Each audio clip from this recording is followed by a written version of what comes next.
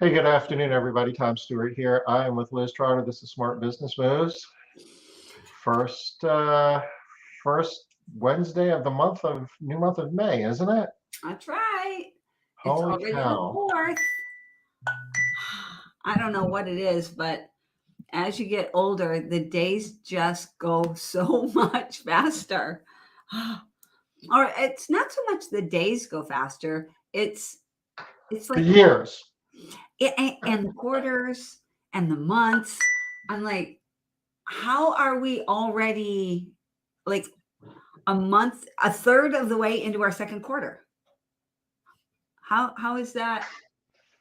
And we're really only 12 days away from being halfway through our second quarter. Like, it's nerve wracking. It's nerve wracking, Tom. Hey, Denise. Hey, Denise. Hope you're feeling better today. She had her infusion today, so and I'm not sharing anything outside of what she always shares around. So, Okay. so hope you're feeling better there, gal. Well, over at the office, and I have my New Year's hat still sitting in the war room, so I need to bring that home and have that ready to go because Ready to New go. Year's will be here before we know it. Hey, Linda. Hey, Linda. It's true. It will. Ooh, what was that? Linda's little background there. That was pretty. Or her profile picture. What is that? A flower. Oh, flower. Lily of the Valley, maybe? It's really tiny, hard to see. It looks like it might be. It's pretty. I hope it's Lily of the Valley. They smell nice. So, Tom, what are we talking? Well, what's been happening? Like where? What's been happening? We have a surprise guest today. Surprise, we have a guest. Hey, Yay! How are you? Linda, you like the Good, straight how are you hair, guys? huh? All right. We were laughing, Dom. We said we'll just kind of say that we're going to have a surprise guest. Yeah, we'll be surprised if we have a guest. Well, I'm here. Oh, sorry you were having so much trouble getting in, Dom. How are you guys doing? We're We doing are well. well. We're doing well. Liz was like, "You think he's like having technical problems? It's been a while." It's like he owns a software company. He knows how to use a computer.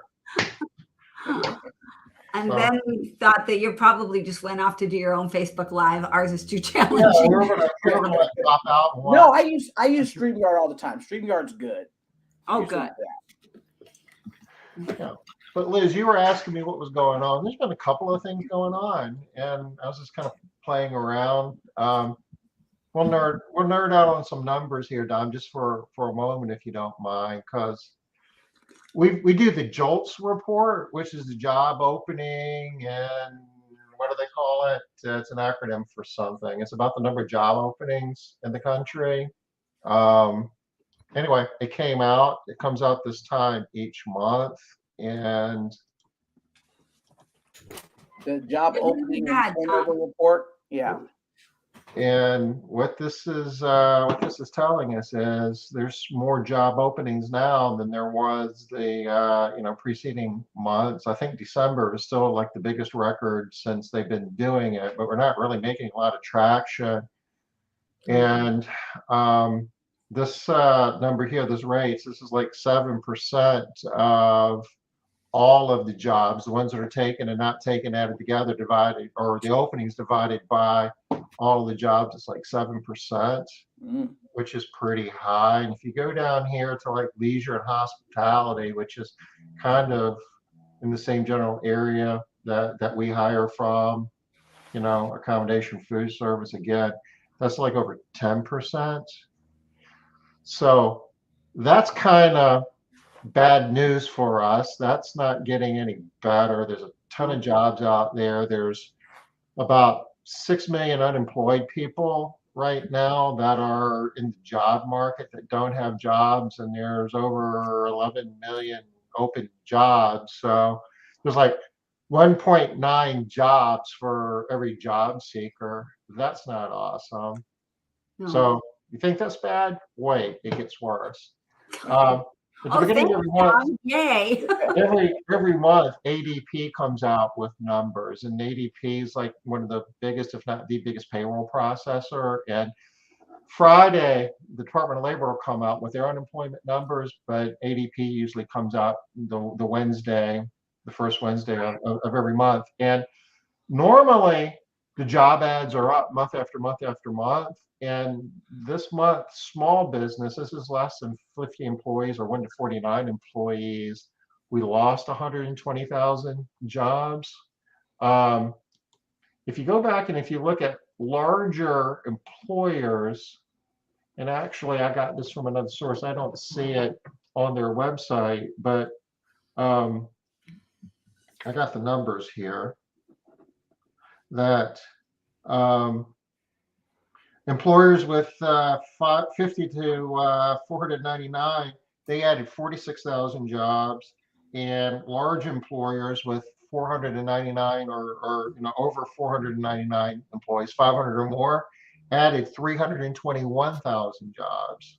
So small business lost, but larger businesses added 3 times as many as small business lost. And what the interpretation of that is that wage inflation, large companies have more resources available to them. So A, they're better at recruiting, which ties into our discussion today, but they're also better at offering better benefits and other stuff as well. So, all these numbers on the JOLTS report are just like all businesses. But if you really look at this means that if you're running a house cleaning business, you're really in a tough shape compared to everybody here.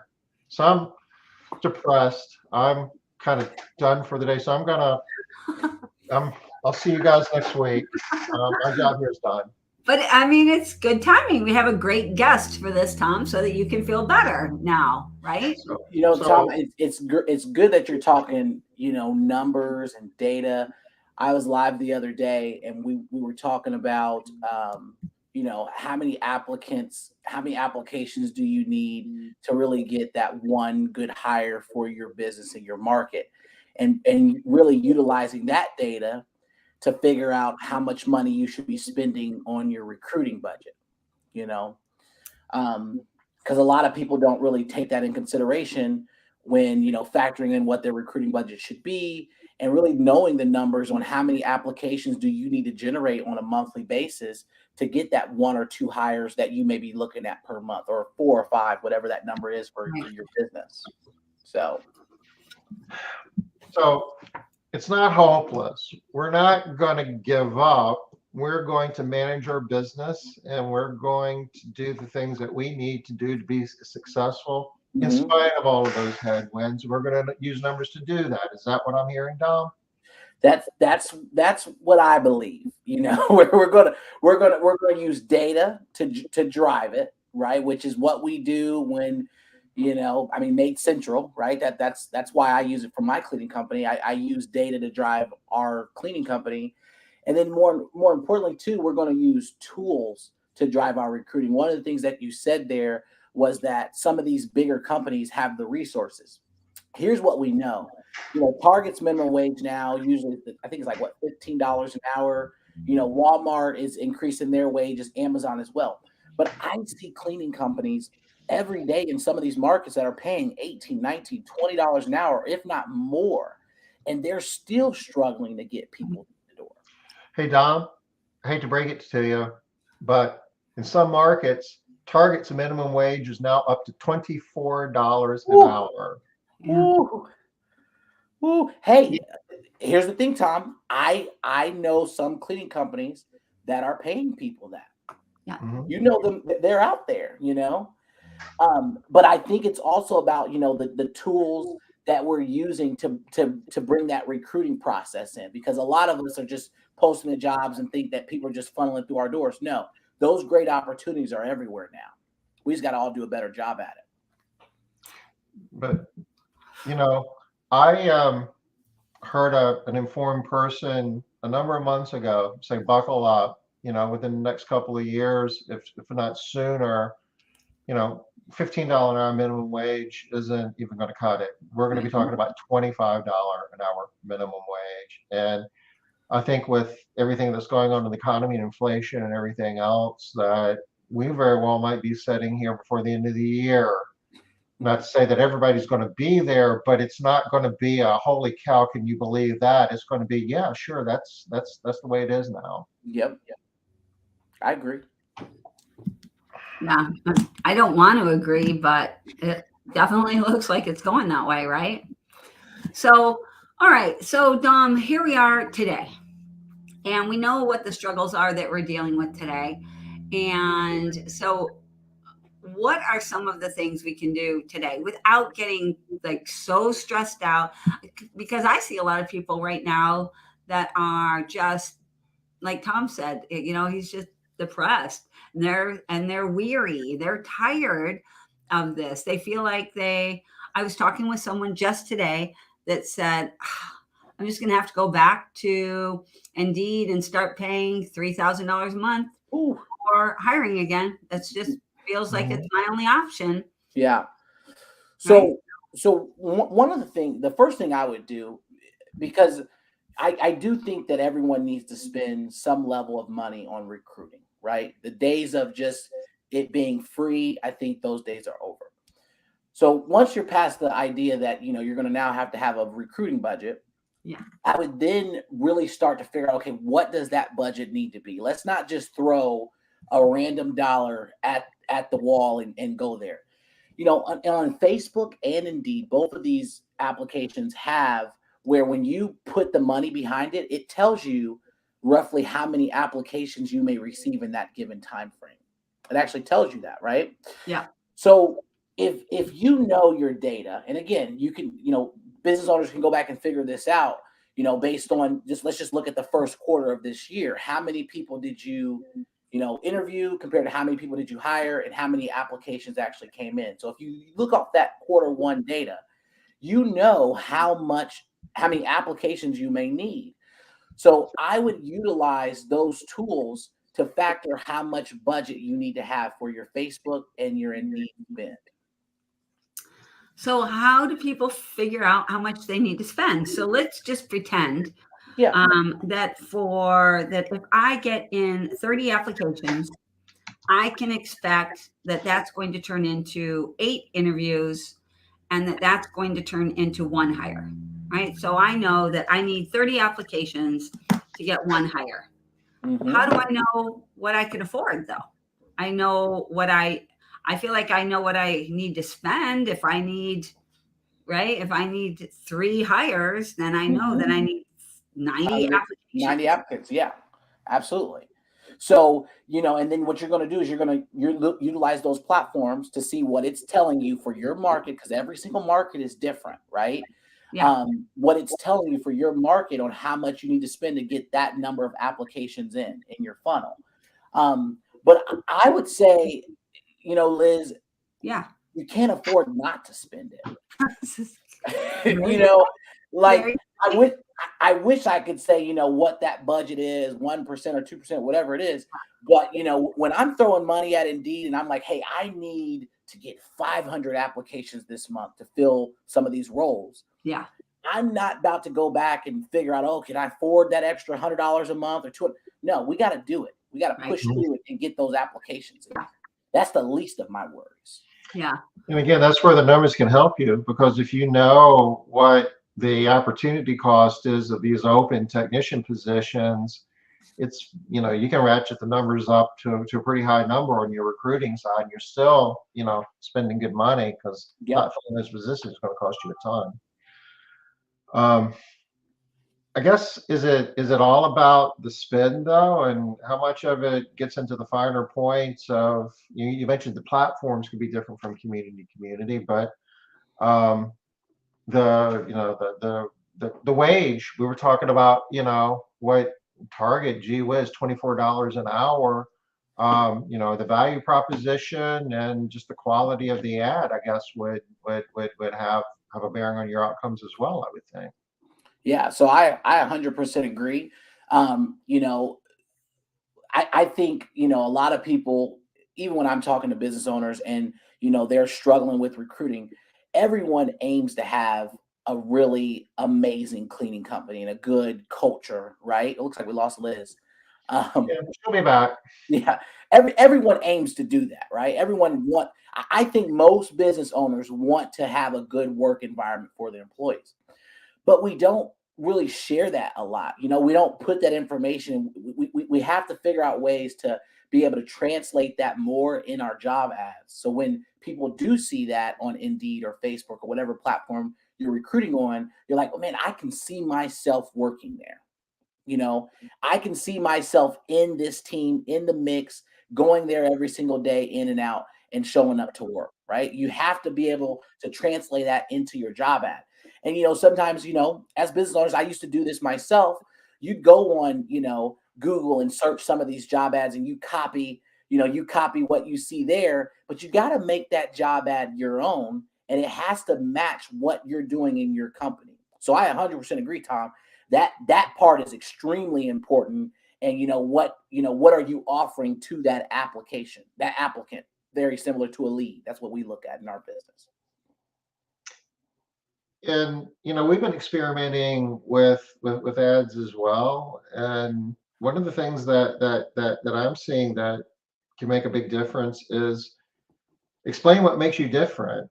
And it doesn't even necessarily have to be anything earth-shattering awesome, but there's a lot of jobs out there. Well, let us tell you a story about us and why you might want to work for us. And not everybody's going to want to work for us. That's fine too, but there's a ton of people out there, and if it's just kind of a generic, ad, hey, we're looking for house cleaners, nobody's going to click on that. So tell a story about something that's unique about your organization, and why you're worthy of taking a closer look.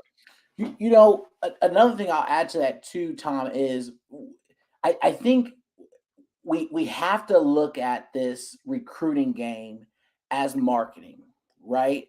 How would you approach your clients that are looking to do business with your cleaning company? And I say that to say, because I'll see things on Indeed or on these job boards, and people will have emojis in Facebook. I think emojis are acceptable for sure, but like they'll have them like in the name of their job ad on Indeed, and some will have different unique names, and that's good, right? That's good because obviously it shows creativity. But depending on your market, you have to figure out, is that actually going to translate to the people that you're trying to target, right? Because again, we're looking at this the same way as leads. Are your people that you're trying to bring into your company, does emojis attract them on Indeed? Does saying, instead of it, maybe it's not cleaning technician, maybe it's, like I have a job ad, I think I put like cleaning rock star or something like that, because I want to be creative. So we try those different things to see if it works. You want to catch somebody's eye, if they're doing this on their phone, you want it to be a thumb stopper. Yep. But then again, if they stop and say, boy, that's stupid, and keep going, that doesn't help you much. Yeah, that's true. That's true. I mean, Liz, are you talking? Oh, okay. Because who are we marketing to? Are we marketing to 20 to 30-year-olds? Or are we marketing to 35 to 45-year-olds? It really depends on which market we're trying to go after. And I think your job ad needs to relay that. That's what I'm saying. You go in Indeed and look, there's still a surprising number of ads there that are just all about the requirements. Oh my gosh. We have a job, and if you're going to work here, you have to do this and you have to be that, and these are the requirements. And I mean, it's kind of on the other end of the spectrum for marketing, and it's I don't think that hunts in 2022. Yeah, like one of the things, like a good way to kind of relate that to, because I always like to relate it to the leads and the clients. We don't put in our marketing, hey, a credit card is required to do business with us, even though it is, right? But we don't put that in there because you talk about that after the lead comes in. We'll talk about that when we start talking about the money. We'll start talking about that credit card and that American Express that we need, but we're not going to put that in the ad. No, absolutely. There's a time and a place, and there's other things that are involved as well, but we'll have that discussion after we get your credit card. Exactly. Yeah, I love that. I love that stuff. So I love comparing the applications to leads and clients because it just starts to make so much sense. Liz, we can't hear I you. can't hear you, Liz. You know why? Because my cat rubs against my microphone and then you can't hear me. She doesn't want me to be heard, I guess. All right. I have a question though, Dom. So you were talking about how Indeed and Facebook both will sort of tell you how many applicants you can expect from a certain dollar spend, right? Yeah. So would you say that it's accurate that if, for example, if Indeed is saying for this amount of money, you should be able to get 200 applicants. If you're only getting 100, would you say that it would be a smart move then, or a smart assumption that you need to change your ad? There's a problem with your ad? Yes. Okay. And so if they are saying you'll get approximately 200 and you are getting 200, then is my ad typically going to be okay? Would that make sense? Yes, I agree with you in that sense of, thinking in that way.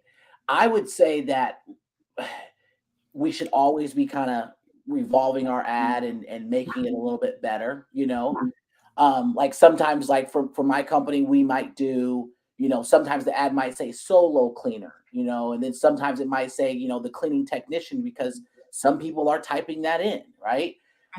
So I would definitely do some level of A and B testing to see which one's working for you. But the key is we have to review that data, right? We have to go back and review, hey, when I posted this one, I got 300 applications in a week, right? What did we do different there? Sometimes we forget about that because we're usually in this recruiting, most business owners, we're so reactive. Like every day I'm talking to people that just don't have any type of system in place for recruiting. Every day. I pretty much talk to the same people, the same 65 people every day. And they tend to watch Smart Business Moves. So they all have systems. But one thing they do have in common is even though they're doing a lot of these things right, I think that sometimes they are, they get complacent. It's like, okay, this thing worked. Look, I got 30 applicants, right? I had 30 applications yesterday. And now they will not stop doing that thing, whatever it was, because it worked. It got them 30 applications. That was a fluke. Sometimes you have a fluke. And if you haven't gotten 30 applications again in 2 weeks, I'm sorry, but you take something up. That's not working, right? And so people get stuck also on one piece of data. And it's not about just one piece of data on one day. You have to have more. You have to be looking at it over time. You have to be ready to change with the tide as things change too. Agreed? Absolutely. I'm looking for those trends. Yeah. I'm looking for those trends. There was something weird, just a side note. I was trying to, and I haven't done this in a while, because our retention's gotten better, and I'll knock on wood while I say that. But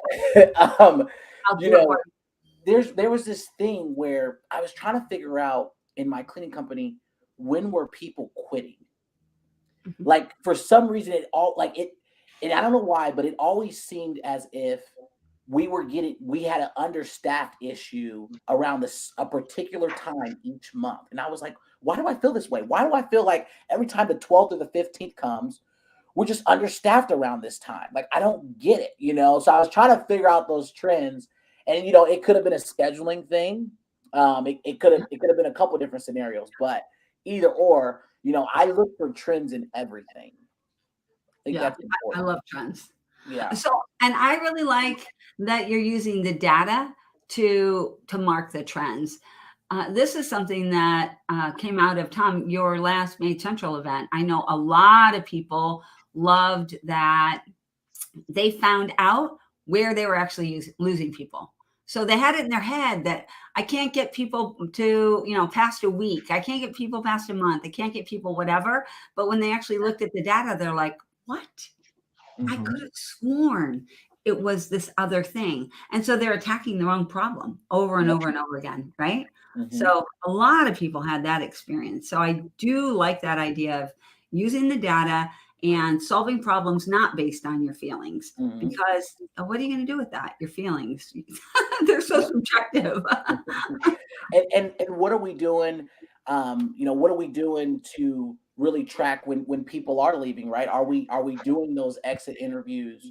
And that doesn't necessarily mean we got to sit down and talk to them. Send them a Google form and just get some of that data on why some of these people are leaving your company. Because I can argue, and I'll stand on it, that the retention portion is actually more important than the recruiting. Because if you can figure that out, then You're always going to have to recruit though, because you want to be growing. So even if absolutely, every single absolutely. one of your people, right? Mhm. So retention's always got to be there. And Yeah. to be clear, when you say recruit, Don, you mentioned earlier, it's like marketing. It is Mhm. marketing. And Yeah. you always want to be marketing your business to consumers, even when you've got a lot of customers. You never want to turn off your marketing machine. And same on the labor side.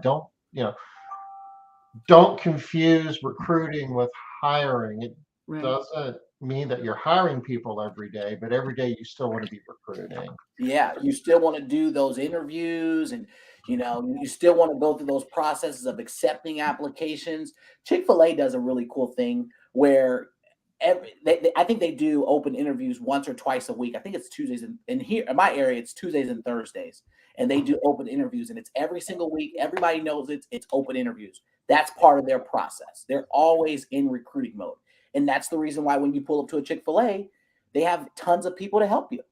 Yeah. All right. And one more thing. Mhm. It's not I hate the conversation of which one should I be working on? Should I be working on retention or should I be working on recruiting? Yes, Mhm. both Yeah. all the time. These are not, it's kind of like saying, which one should I focus on? Should I focus on eating or should I focus on sleeping? You have to do both Yeah. Every day you have to do both. And Mhm. they're not they're not connected to each other. Don't Yep. don't connect them. They both have to be done, and they're not even done by the same part of your company.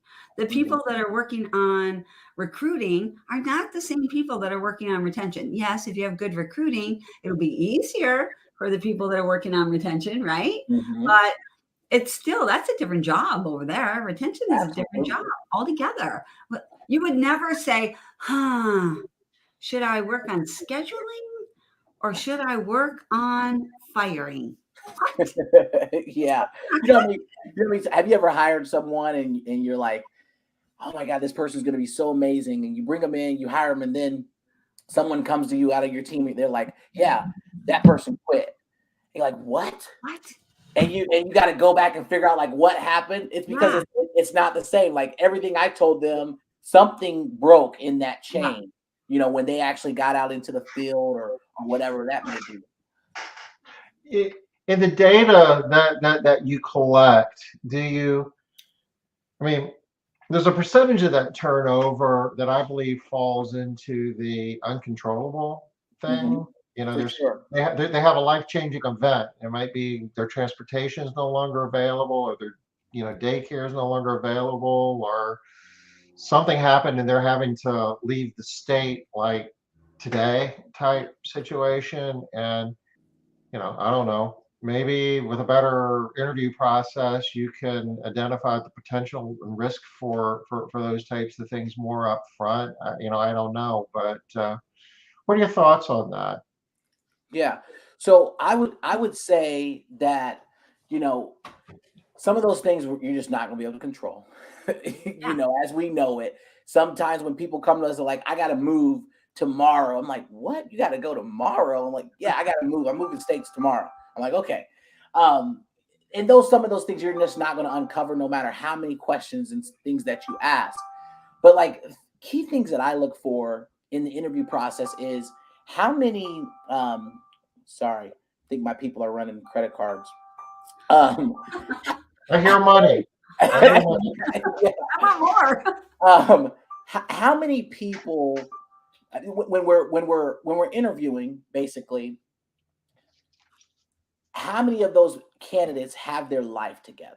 You know, like I obviously, you know, when they come to my company, I want to be able to, you know, level them up in some way. I want to be able, when they're coming into my organization, hopefully they're going to get paid a little bit more, or they got a better shift, or there's got to be something that is you know, attaching them to my company.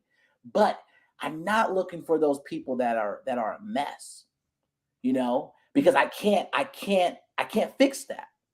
You know, it's hard to really fix that. And those are usually some of those people that are next day they're moving to Florida, or I got to do this, I can't work. You know, you mean the first time something goes wrong, the first thing you think to do is quit your job? Oh no. And move. Yeah. You know, so I'm looking for that more than, you know, whether they're going to be a good cleaner. You know, that's irrelevant to me, really, in an interview. Yeah. It's more about the job skills and being able to, you know, being reliable and having More life skills than job skills at that point, I think. Right? Can yeah. they manage their life? Yeah. Like first, can you manage your life? Can you know what you're going to do about daycare, and do you have a vehicle, and do you know how to get up in the morning like on time? Do you even know how to get anywhere on time? So there are so many things like that. Do you know what you need to look like if you're going to a job, or do you just show up all, you know, Harry scary? Yeah. Scarier than Harry. I've told you the stories, Liz, you've heard them, Dom, you probably haven't, that back in the late 90s, Castle Keepers was a contractor under the Welfare to Work program. And that was a program to help people who had never really had long-term employment and help, you know, get them to engage in the workforce. And it was all funded through grant monies through the Department of Labor. And we had case managers that were paid for through the grant. Their job was to teach people how to set an alarm clock and how to comb your hair in the morning. And, you know, this is the checkbook, how to pay your bills, because, you know, if your power gets cut off, you know, at once, I mean, there's a lot to that. It is, it's what do they call it? Adulting. It's how to function as an adult. And certainly that's not everybody. I mean, there's a lot. I mean, there's a wide array of people out there in the job market. There's a lot of people who figured that out a long time ago, but we get applications from people that are looking to work for us, and some of them need that type of training, don't they? Yeah, it's true. Yep. Yeah. And I'm not saying, and because I want to be clear, I'm not saying that, you know, you can't find really great applicants, you know, with that, right? That may need some of that, but they definitely have to be open to learning some of those skills, and, you know, being open to the coaching and things like that. But we can't change people's complete life. They can't be a mess when they start. Can't be a complete mess. All right, so I'm going to tell you one of my favorite questions. This is a new question that I came up with that I really love. Where do you sit around and think of these things at, Liz? Just while I'm sleeping, right? All right, so I love this question. The question is, tell me about somebody in your life that always has a lot of drama going on. And so the reason why I asked that question is people that have drama-filled lives don't recognize that it's them. What they see is everybody in their life has a lot of drama going on. Mm-hmm. They don't recognize that they're the center spoke, right, in that wheel. So the people that have a lot of drama in their lives, the answer to that question is, oh my gosh, I know so many people. Check. Oh, that's a really great. It's a great question. If they're like, because really, if you ask me, tell me about somebody that has a lot of drama in their life, I'm going to struggle. Mm-hmm. It's going to be hard for me to actually find someone that is in my circle. I have one friend that's going to pop in my mind, but it's just the one friend. Right? So It's but I'm not going to have a really a lot. function of how big your circle, how big you want to define your circle. It could be what we've been finding. We haven't been doing it for a long Mm-hmm. full disclosure here, but what we are finding is the people that are saying they know a lot of people, they know, oh, they have so many good examples for us. They're so happy to be able to have a good answer. Yep. That is not a good thing. They're the ones with they're the ones with the drama. Yeah. And honestly, because like if I think about like my circle, I don't really communicate with people that have a lot of drama. I keep That's it my point. very far away. You That's can't my point. bog down with negative. We have a question, not to that extent, but it's oh God, what is that? It's very like when they're talking about their previous employer, and you're like, well, why did you leave here? And when they start like pretty much blaming it all on the other employer, that's very similar. Like, you were the drama there, Yeah. so yeah, that's good. I love that question. Yeah. Every once in a while, you will find somebody they're leaving. They are leaving other jobs because the employer is not good. But if their last 3 jobs, the employer was the problem. What's the problem here? It's a big red flag. So tell us, Dom. So we're talked about a lot of kind of theory around recruiting, right? And we keep talking about this theory. I think we've all talked a lot about, okay, it needs to be, you need to treat it like marketing, and you are going to have to spend money. You are going to have to write the ad so it's the right way. But there's got to be some little tricks, right? Some little or the hot things that you have to do that are, for example, one of the new things that we're hearing nowadays is you need to be putting your ads in all of the smaller cities around where you are instead of just hitting the big cities. And so like that's a new thing that's going on. Do you have any hot new tips for us if we're struggling in the recruiting game?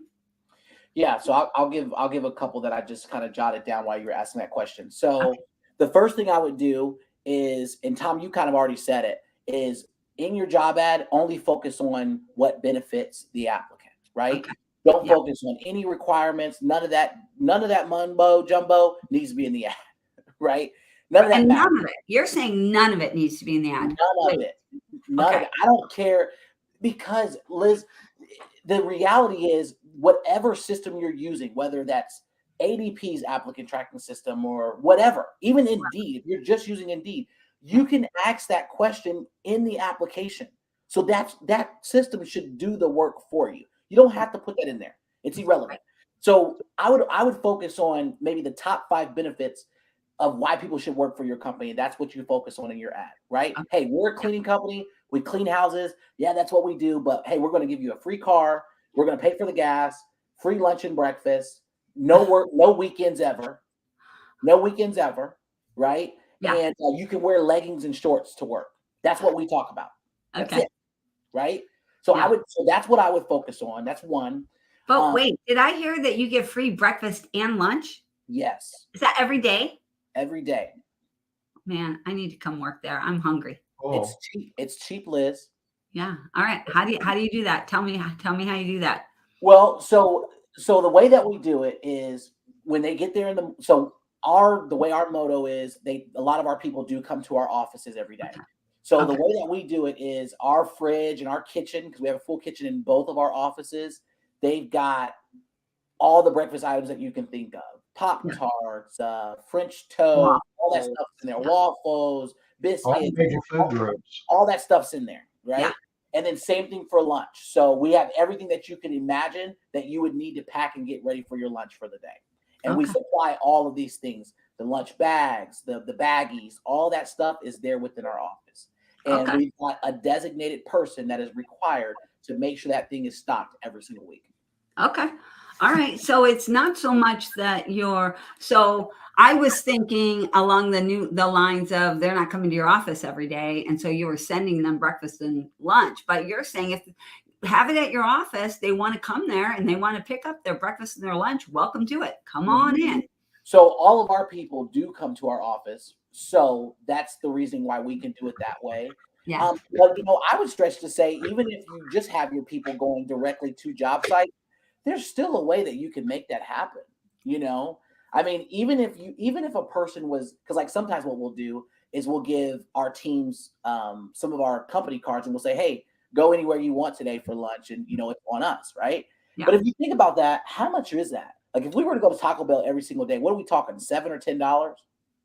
I don't know where you're I don't talking know. I about. can put away a few tacos. Huh? Taco can Bell put in away our a few area tacos. is $12 a person, at 12 least bucks? minimum. Where are you at, Liz? Olympia.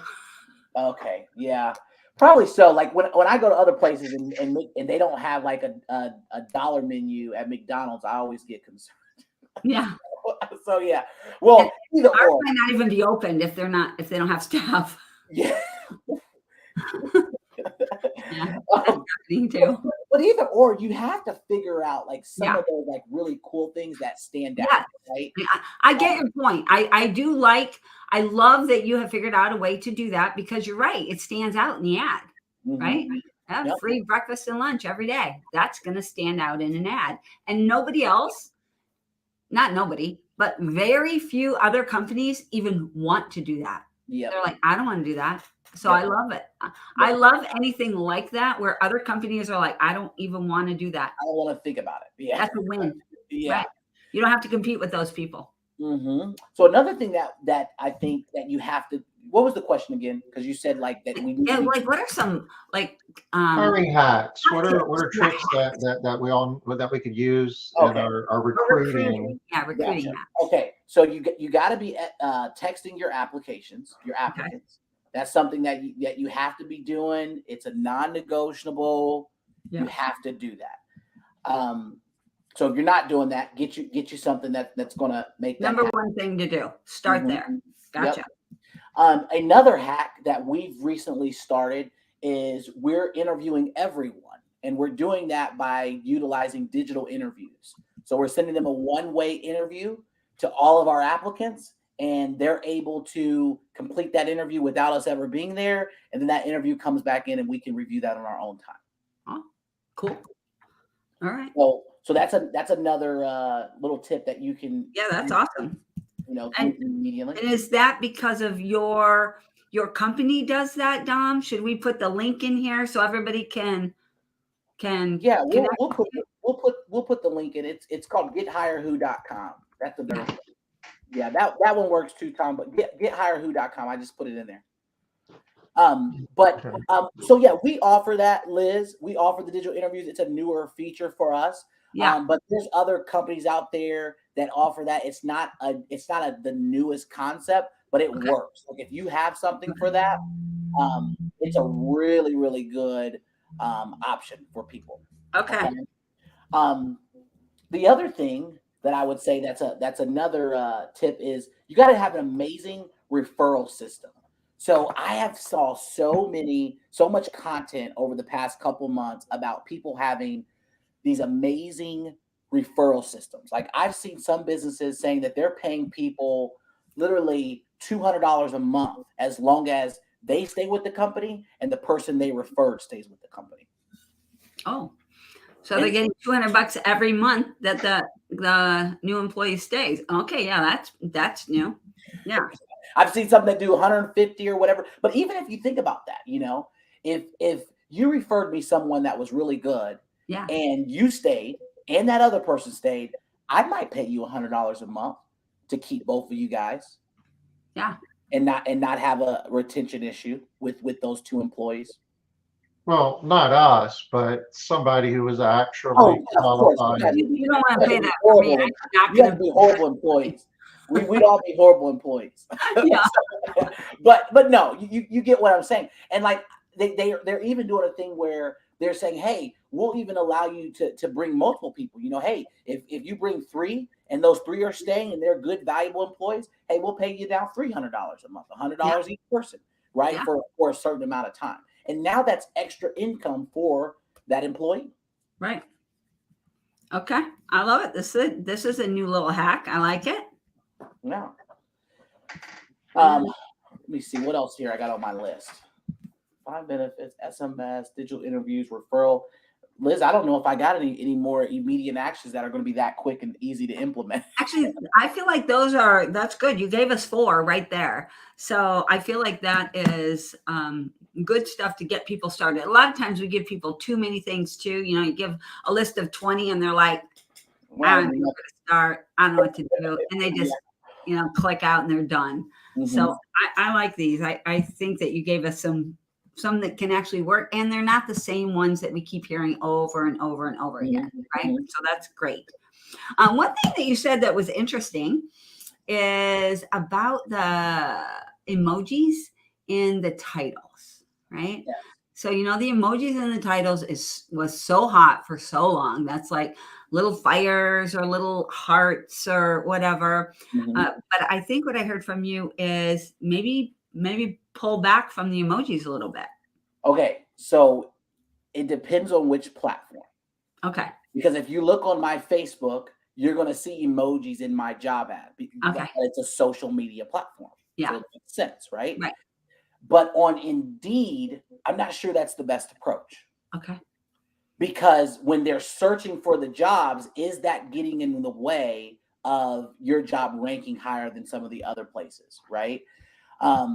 And then the other thing is, I do use emojis in the texting follow-up. Okay. Because again, we're now in the tech. That's on brand with texting. So we're using emojis. So I'm just saying, don't get excessive with it to where now your ad looks gimmicky. Okay. Let's keep in mind. Here's the thing: the number one thing that is a struggle between my local cleaning company and Amazon is reputation. Am I going to pay you? You know, like that's a real thing. Am I going to pay you on time, week after week after week? So you can't give any type of, you know, impression that you're not a legit company and that you're a serious business owner. Right. So, and I can see what you mean. I'm picturing an ad in my head right now that is just like completely full, and it's an Indeed ad, completely full of emojis. And you're right.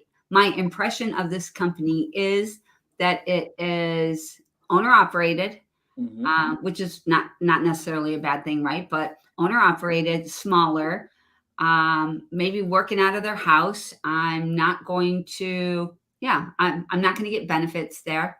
You know, it's a smaller company.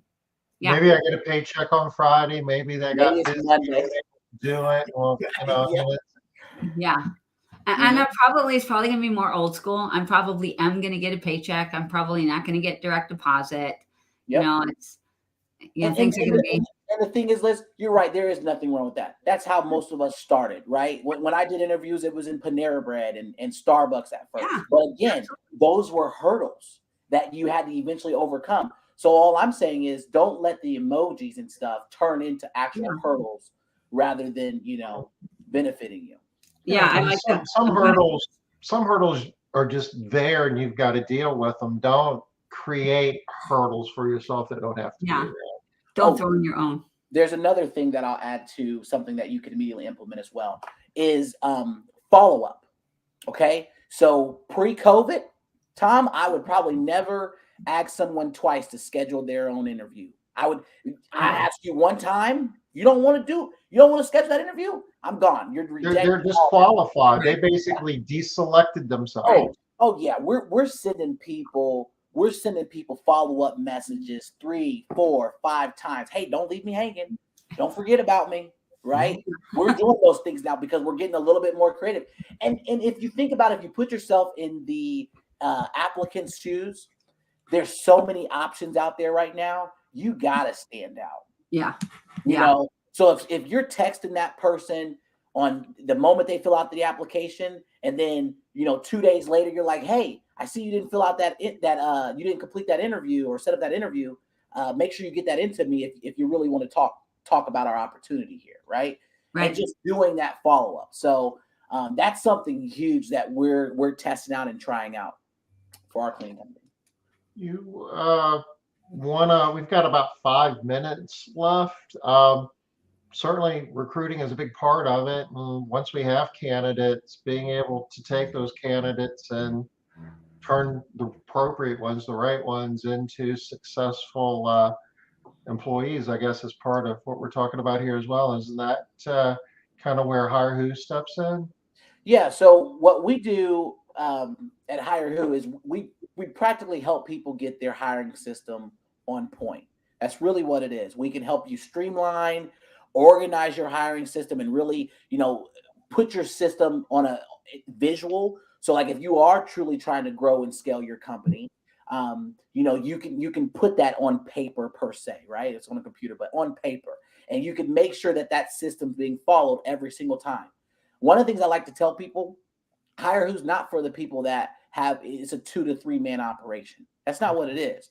We're really built for those people that need to build a system because they're recruiting all of the time, right? And you're trying to scale your company, and you're trying to plug your operations manager in there, or you're trying to plug your hiring manager in there to really be able to filter those people out. That's what we're built for.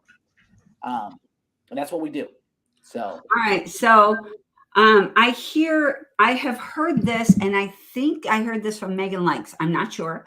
I know she loves you to bits, and so she's always singing your praises. But and actually, it might not have been her.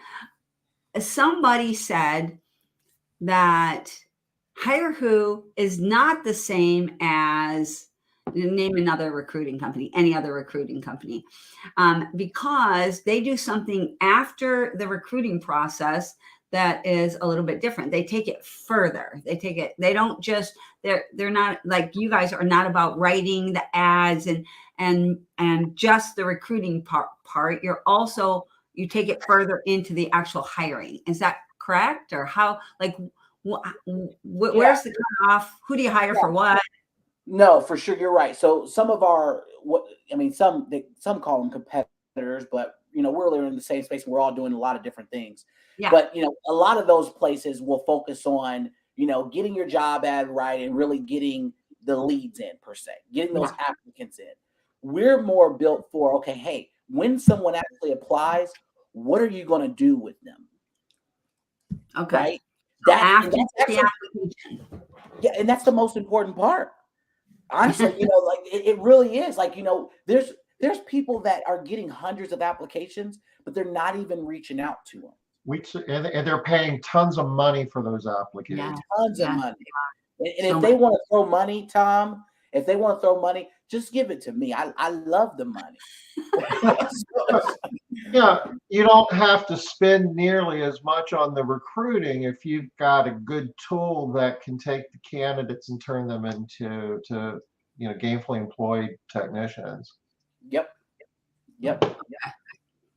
All right. So where does HireWho stop working?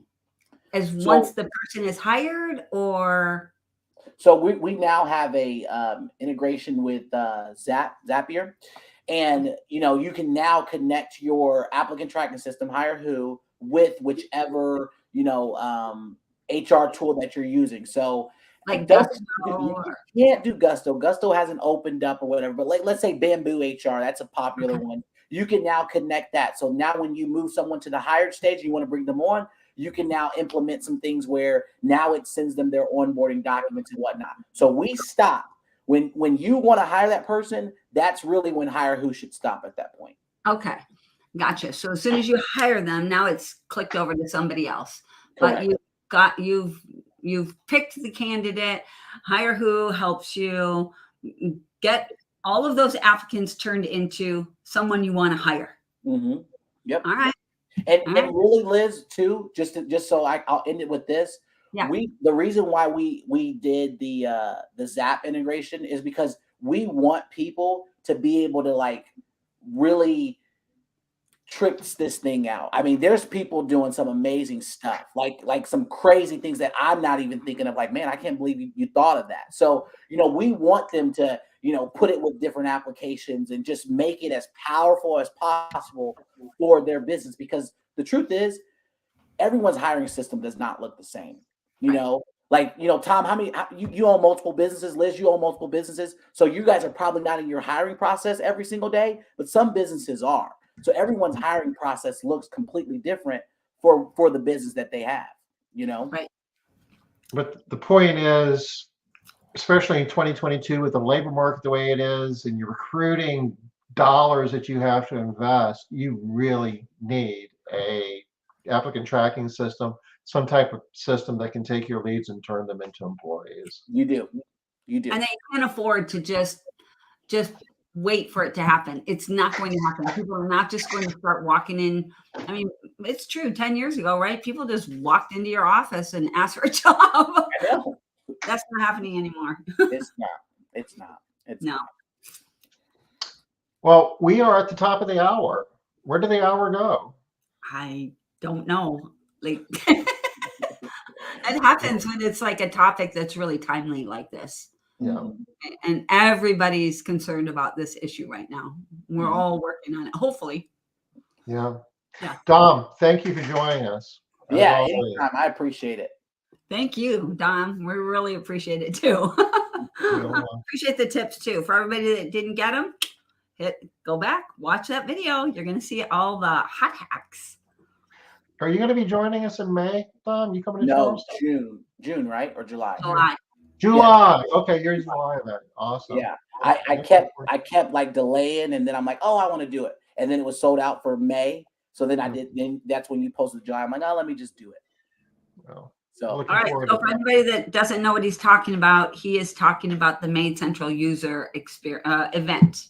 You call it experience still, Tom? Or I don't know what we're calling it better be an experience. I call it the experience, Maid Central user experience. I like that. And it is an experience. So in July, what are the dates, Tom? The 25th and 26th? I guess. I think it's the 25th and 26th. It's 26th and 27th. yeah. Oh, 26th and 27th. Okay. Oh, that's right. Because my event is the 28th, 29th, and 30th. So the employee lifecycle event. All right. We will be back next Wednesday, 5 o'clock Eastern. We'll be doing it again. Well, Liz, are you doing anything between now and then? I'm going to Lake Chelan and I'll be working between now and then. Okay. Well, we'll see you next Wednesday. Bye-bye. Thanks, Bye, y'all. Guys. Thanks again, Dom.